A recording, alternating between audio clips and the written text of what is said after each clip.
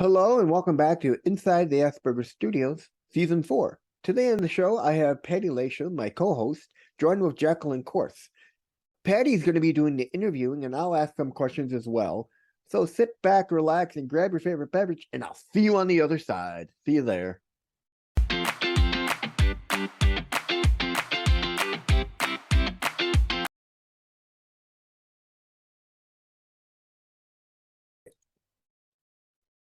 Hello and welcome back to another episode of Inside the Asperger Studios. Today I'm joined with my co-host Patty and Jacqueline. Jacqueline, welcome to the show. Thank you so much for inviting me on this beautiful Friday. I can't wait to talk to you both. All right, Patty, so why don't you start us off? All right, sure. So, Jackie, why don't you start by telling us a little bit about yourself? Absolutely. I am originally from Michigan, moved out here in the 90s, and I am the mom of 4 adopted African American kiddos who would not want me calling them kiddos anymore because they're 15 through 29. I used to be in nonprofit work, and a couple years ago became very interested in becoming a coach for autistic adults, and that's me. Awesome. So, how did you get into coaching autistic young adults? I was asked by a friend to try a class, and I had a little bit of an interest because there's someone very near and dear to my heart, a young man who is autistic. And our relationship had started with me helping him get to appointments if his mother was not in town. Like he had to do a sleep study, and I had driven him, and I'd watched his life in the last, I don't know, 6, 7 years that I've known him. I've watched his life go from a lot of anxiety, a lot of unhappiness, to really finding his place in the world, masking less. He's a chef, lover of heavy metal, and I just Wow. yes, we just for some reason really connect. And when I just quick story about that, when I decided to host a group coaching event for autistic adults, he would be there in the group kind of consulting me on the side so I would get it right. And then we'd kind of have a debriefing after the meeting, and he'd let me know what I needed to change that would fit our audience better. So we've been close for quite a while now, and it was his mother that asked me if I would join her coaching program and get the education. So I was pretty interested at that point. And then in the coaching program, I had peers, right? Some were doctors and nurses, some had children that had autism, and then we had a couple self advocates. And when I learned they were in their 20s, and when I learned what their life was like with autism, trying to navigate work and school and relationships and fatigue and burnout, and it's already hard to be in that transition, and then to try to um, have a good life without help, it just made me want to be a coach and help with that, you know. Yeah. So I was hooked at that point. Nice, nice. So, what does your typical day look like then? I have ADHD, so there is a lot of self-care that has to go in so that I can get my work done and make sure I don't spend too many hours at it. I jump out of bed, walk my huskies around the subdivision, get my kiddo to school, and then I will meet with clients that are on the East Coast. I will take breaks and get family chores done. And in order to do that, I really have to like make it fun so I get my jobs done. Just like I tell my clients, so I've got to either listen to a podcast or music, and maybe there's a treat when I'm done, do something to I get know myself going. this podcast, it's hosted by this guy, Reed Miles. You should check it out. I have.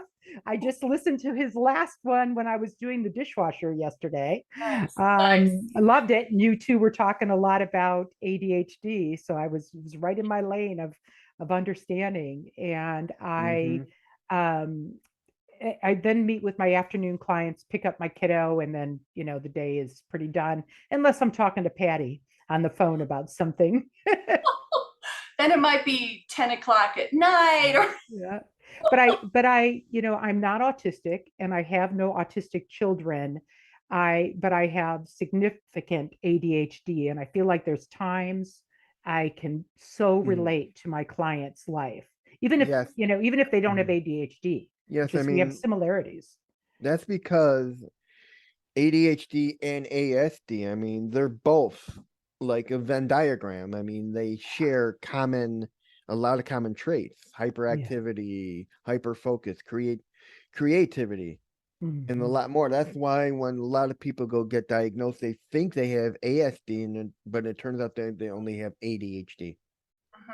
Yeah, I consider them cousins. I like that. Yeah, I yeah. can so relate. Yes, it makes total sense. So Jackie, I understand you have worked with college age students before. So Reed and I are both curious to know, when you see people going to college, where do you see them struggling the most? The big point I want to make here is we go to high school, and if things are going well in high school, we might have an IEP. So we've got a Mhm. whole support team helping us. Mom and dad are usually at the helm, therapists, there might be other people. We've got our community of supporters, right?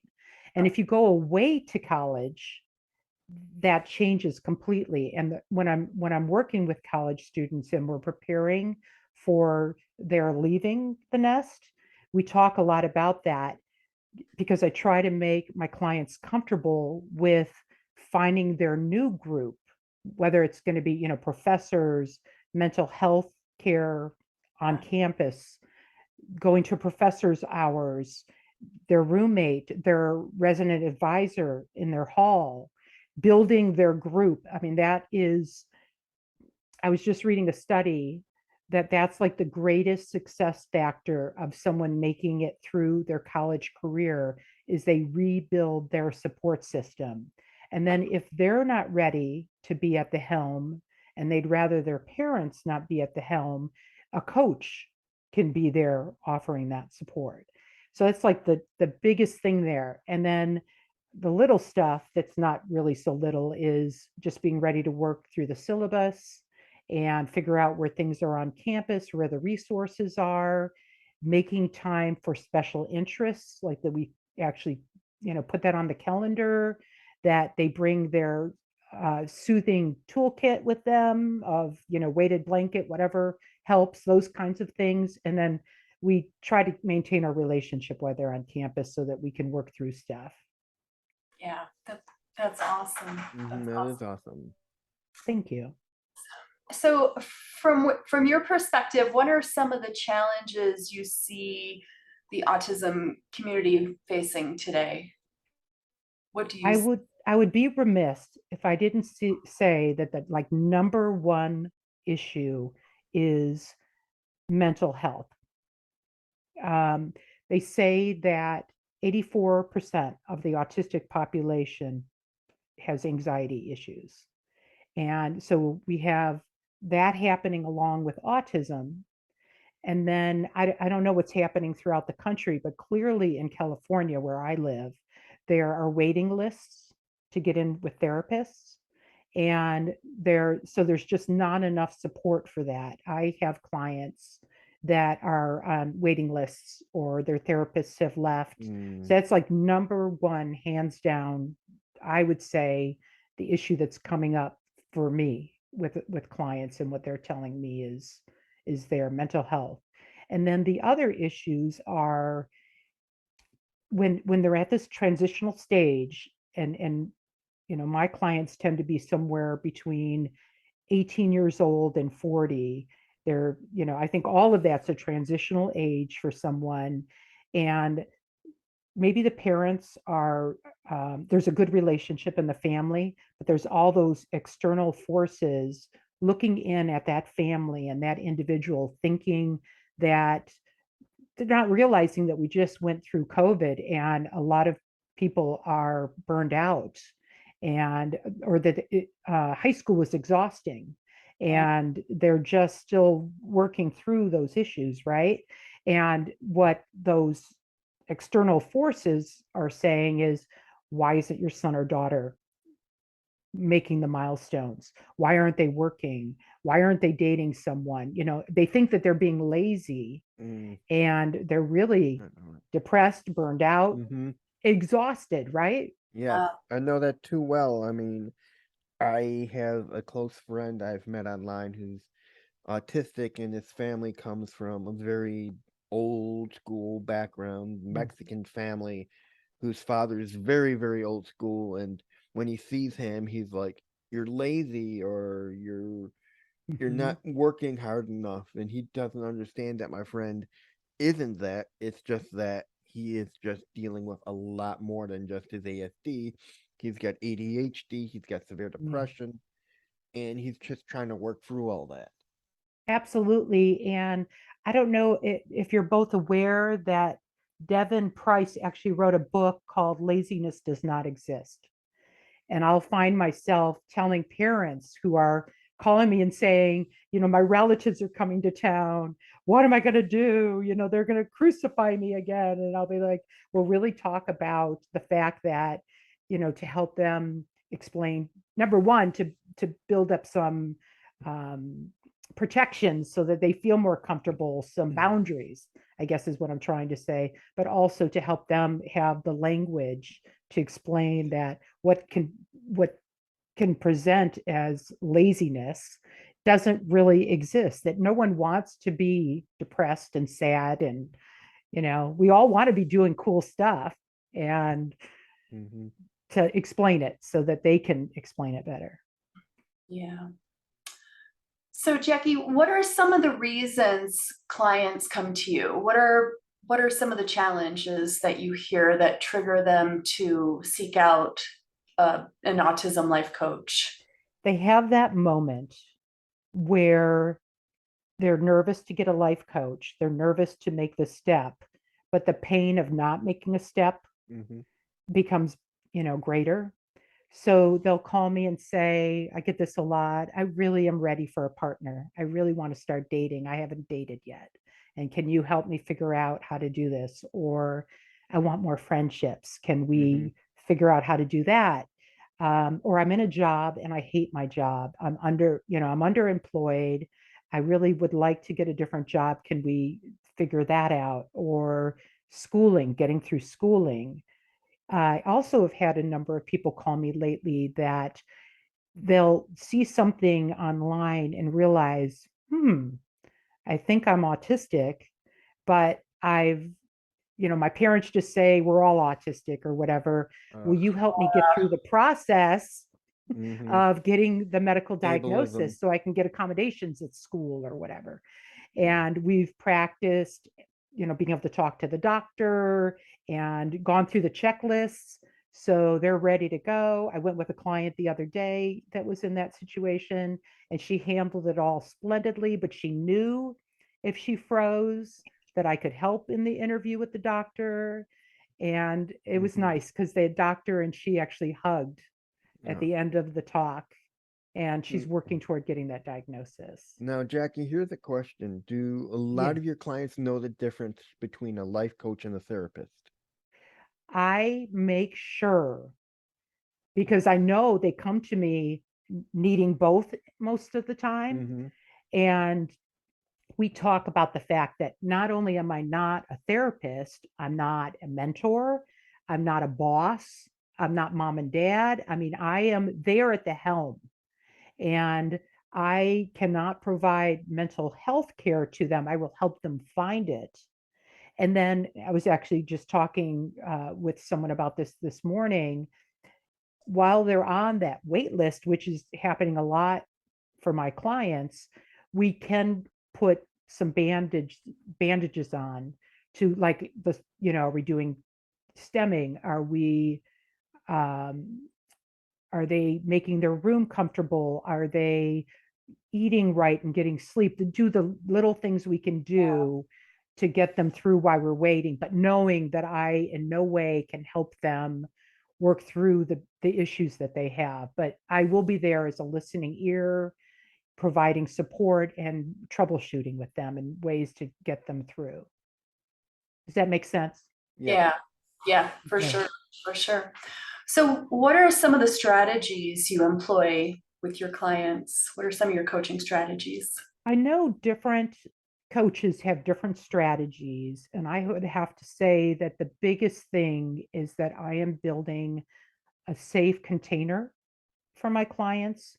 They know that we have trust, we build a relationship, because I think once we have that, and I'm providing the scaffolding, I'll ask, how much do you want me to nudge you?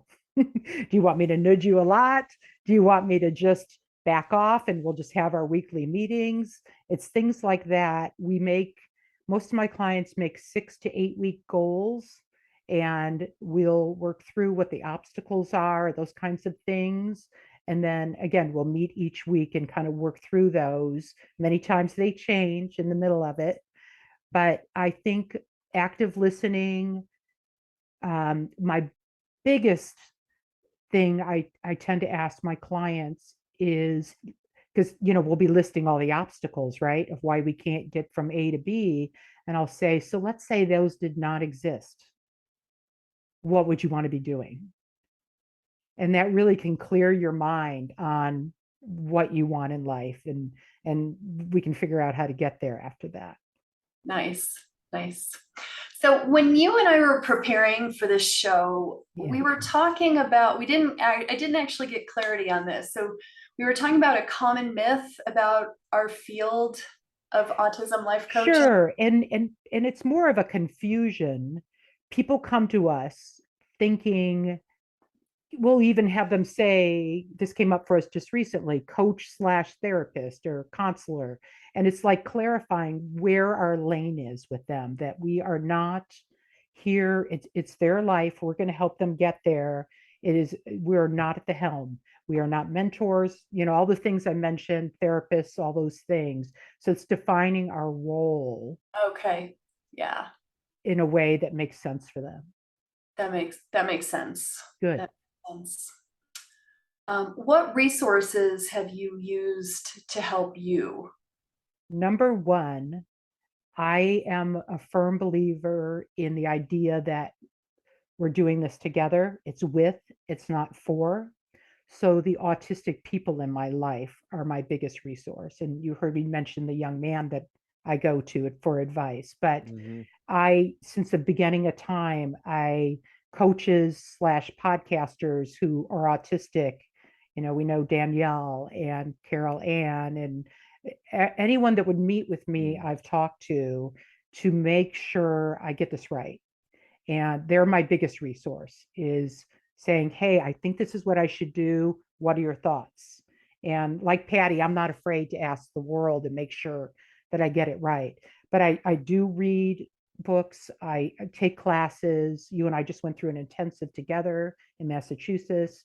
I'm in an art therapy class this weekend to learn some things. Everything I can grab a hold of, I do. Yeah. This is my special interest. Yeah. Yeah. I understand that. Yeah. Do you ever rely on other ASD life coaches? Yes. I have relationships with several.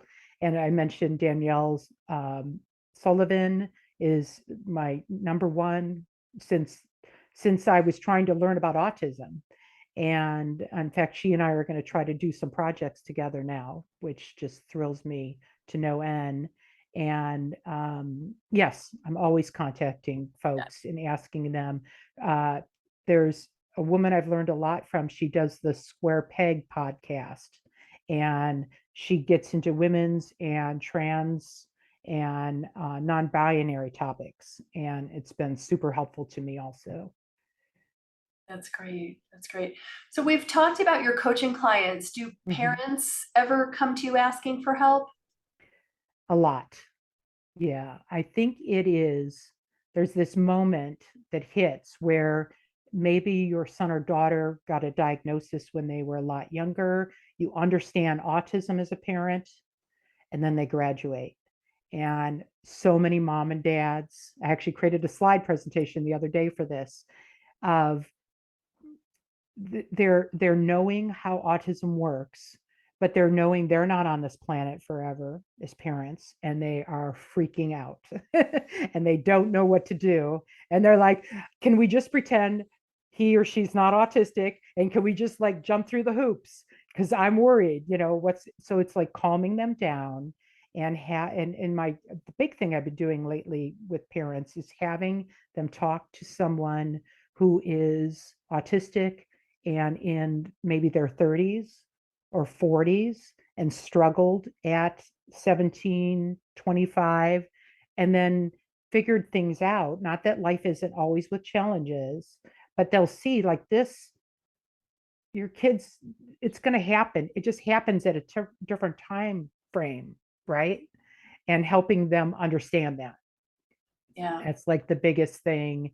And there are some that, I mean, I'm getting emails and they're texting and they're struggling and they're worrying, and trying to calm them and let them know, especially again, if they can talk to people that have gone through that and are a little older now and see that it can happen, that it'll be okay in the end. Yeah. That's what we go with. Yeah. So you mentioned a lot of continuing education. I want to go back to that. What are some of the things that you're researching right now? Everything I can get my hands on, but the big hot topic for me right now, because I'm seeing everyone struggling with it, is executive function. Mm-hmm. Big, Yes. Executive big. function. And Let's talk about that in terms of homework, if you don't mind.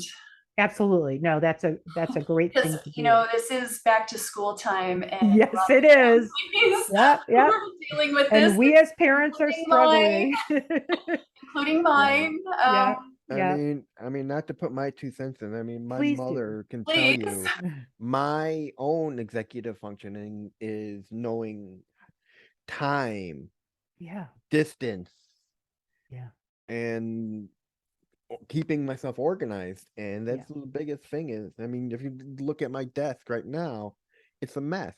yeah, And it's just, I have so much trouble. Even when I was in college, my own, I tried everything in my own power to keep myself organized yeah, to the point where I said, okay, I'm going to read something from my class so I'm a little bit current. So when I go to my next class, I'm ready.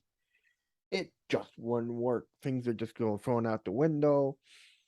It was hard for me when I was away. I mean, because there was nobody to harp on me saying, Reed, you got to get this done.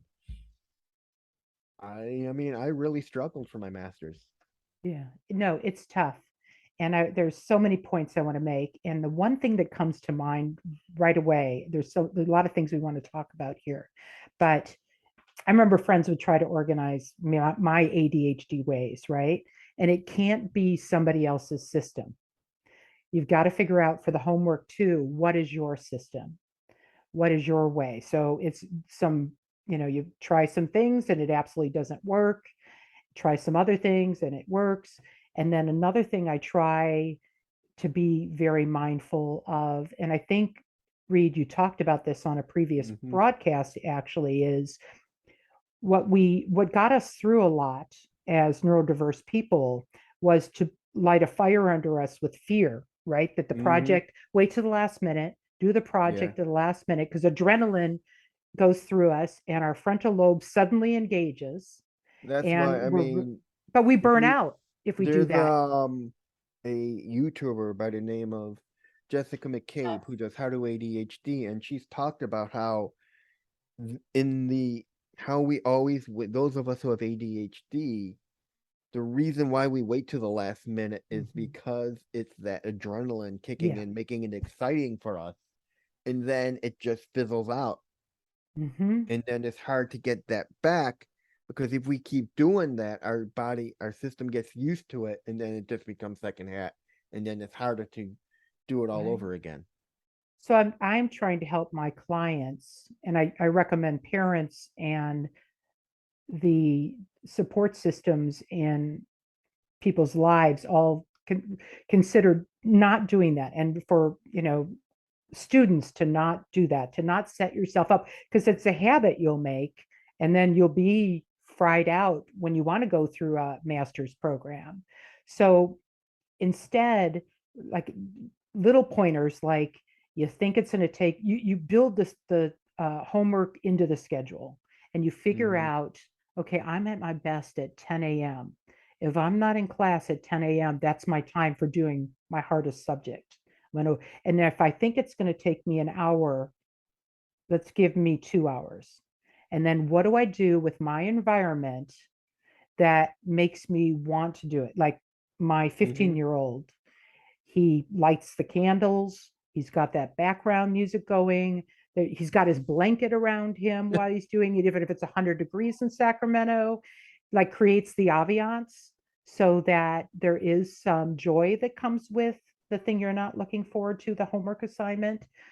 And then if it's my client, we work on accountability. We go over Accountability.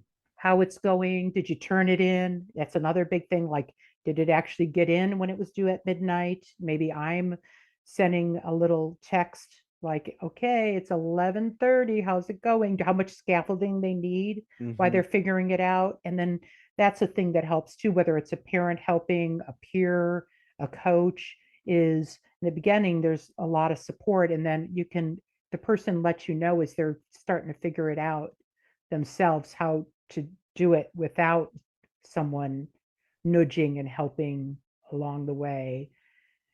Now I'm And gonna then ask. one other thing I Mhm. want to say, that Go it's ahead. a lot of people go back and forth on whether or not to let the school know Mhm. that there is autism, and to be able to get that support if you need to take a little extra time. It's all an individual preference, right?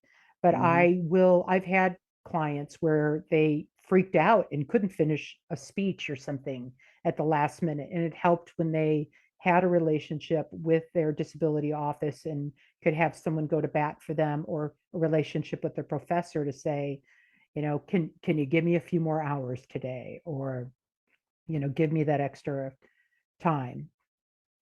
Now I'm gonna ask you something. Have you had a client who's literally taken their work schedule to heart, to like, where, give you a good example is Yeah, one of my advisors at school. I have a well-being advisor, and she made me write down a work schedule.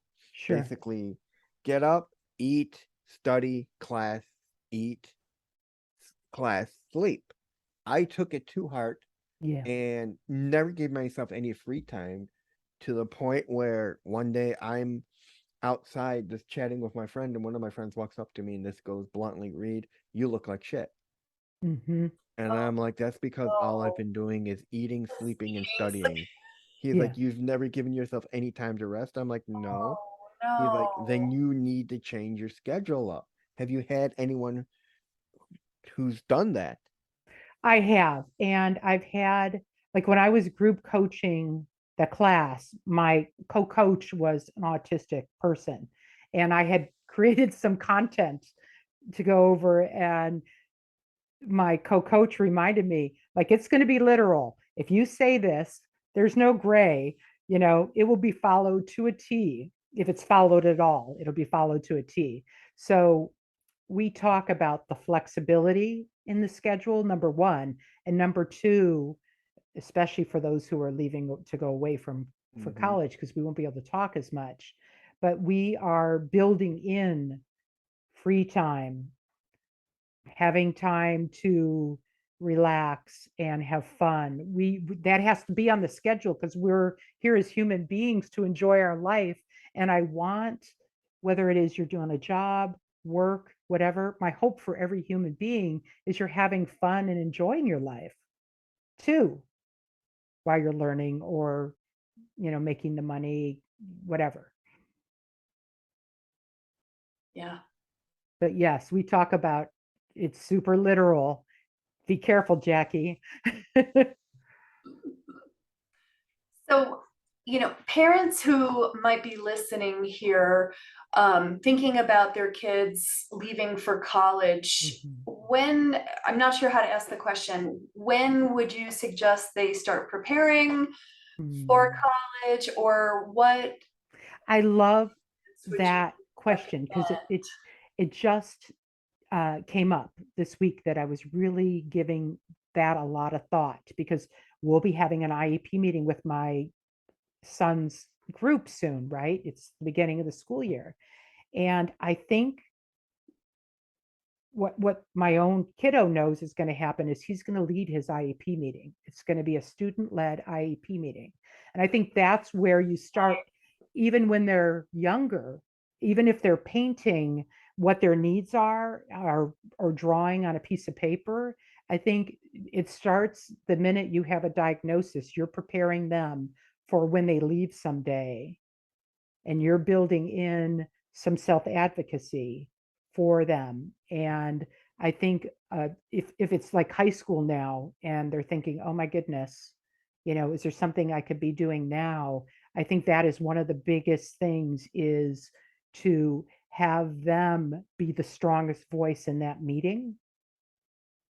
And or in other realms of life, I did a coaching program on self-advocacy for high school students, and it alarmed me, Reed and Patty, on how unready the student population is to advocate for themselves. I really want to work with schools on that. And so I think feel you that can, because oh my goodness. yeah, because a lot, I mean, nowadays you hear about all these students falling through the cracks. Yeah. And I mean, you heard my show with Kristen Yes. talking about how schools have not picked up that ball yet, and then she's there to help make the school understand, hey, this kid has got autism, you need or neurodivergent, you need to help them, and you need to work with them and not let them fall through the cracks and wind up crying for help later. Yeah. Yeah. And to listen Mm-hmm. and hear what that child's needs are, and then get those needs met. I mean, that is the biggest thing. And we know, all of us, from our own personal experience and other people that we know that doesn't happen enough, and it needs to.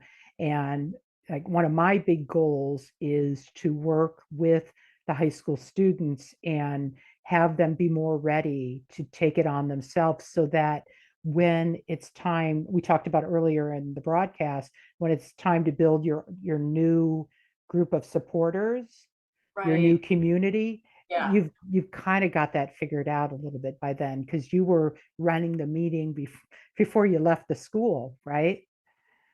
So it's like, I always tell parents that we're loving our kids, but our job is to, like a coach, make ourselves kind of out of a job, that if they are able to spread their wings, not that they don't love us and want to be with us and we don't help, but that, like, we know we've done it when they're out there living their life. So did I answer that in a way? Yeah, you answered that correctly. Okay. Now, I understand you and Patty are collaborating on something. Can you tell me a little bit about that? Sure, absolutely. I first want to say that, Patty and I feel like, best buddies forever. And I think when people meet Patty, we feel that way, right? But we met a few months ago at an intensive conference and just learned so much from each other.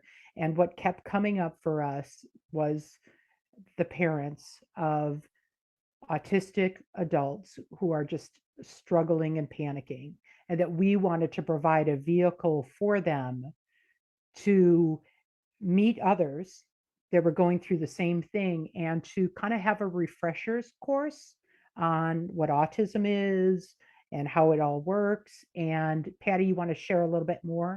Yeah. In my case, a lot of times it's the parent who is first to reach out to me, because their adult child has just received a diagnosis at 18, 19, 23, 27. Wow.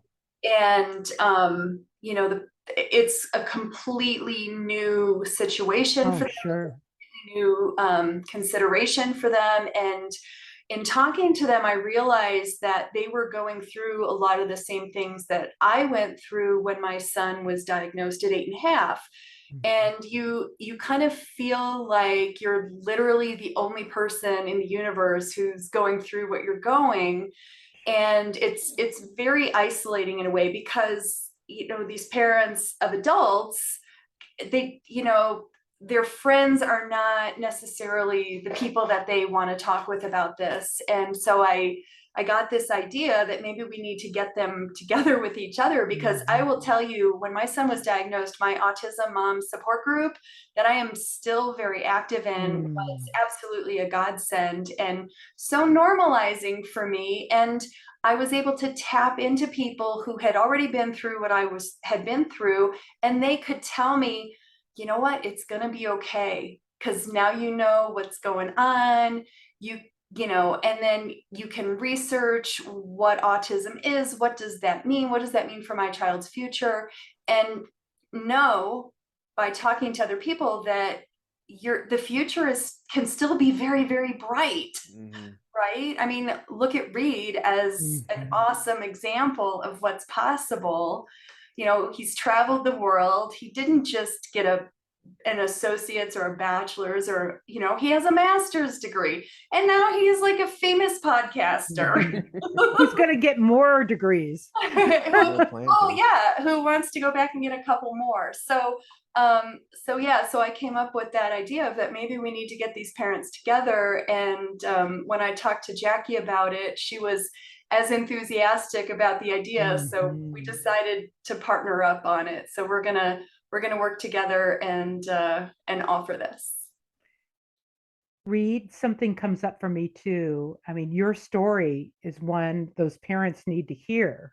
Yeah. That you were so kind before we were on mic talking about some of the things you went through in your young adult years, and look at you now, what you're doing in helping others and being out there in the world with this podcast.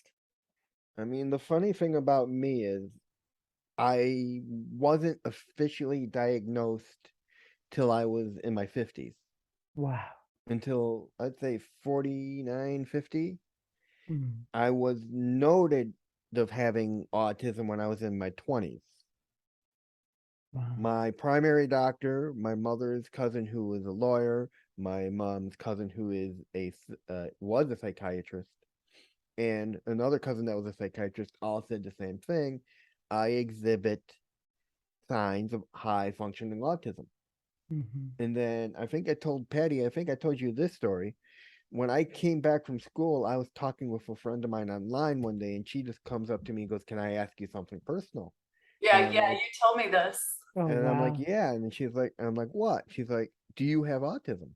And I was like blown away. And I'm like, "Yes, how would you guess that right off the bat?" She's like, "Well, I am working as part of my psychology degree with younger kids who have it, and you have some of those symptoms, those traits they have, not knowing when to say the right thing, being overly friendly."